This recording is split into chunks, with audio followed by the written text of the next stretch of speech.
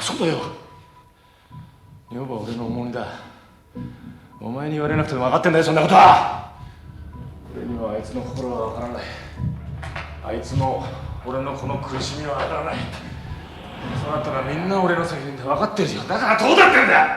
そうするしかなかったんだろ。そうだよ。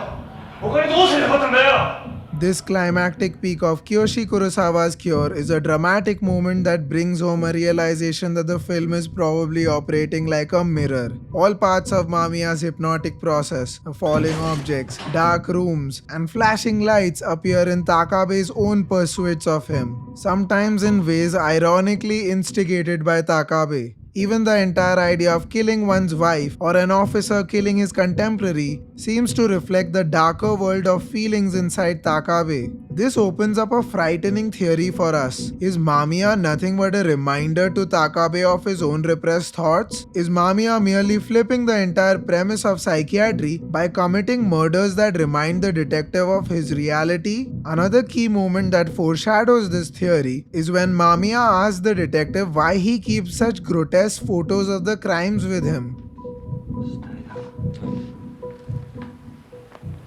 あんたこういうの好きか。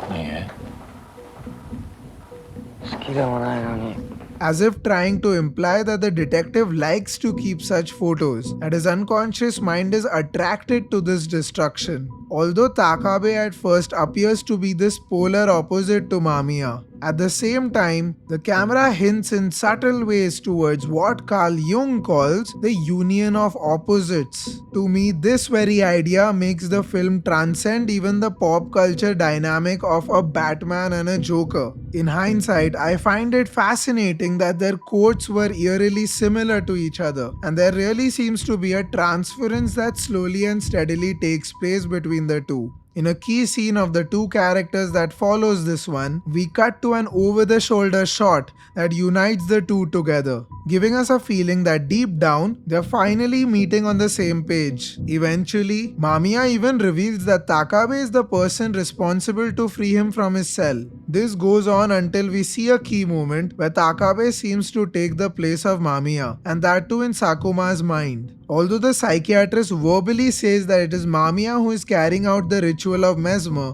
in his head we get to see a different culprit altogether, who seems to pursue him and drive Sakuma to suicide.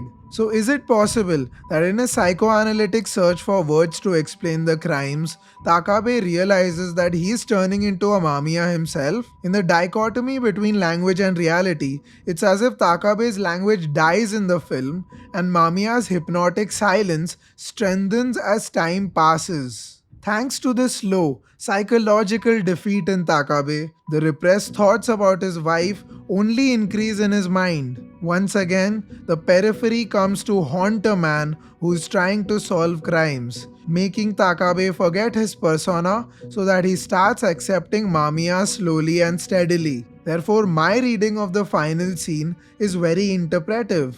In the asylum, Takabe realizes that he has revealed himself to be so much like Mamiya that Mamiya is not needed anymore.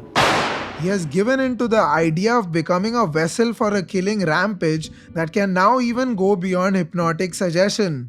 The effortlessness with which his interaction with the waitress nudges her to pick up a knife in the final shot of the film opens up the idea that society as a whole is now ready to act on its repressed desires. The ex has possessed the spirit and probably even replaced religion now, as if the murderous act becomes the act of confession.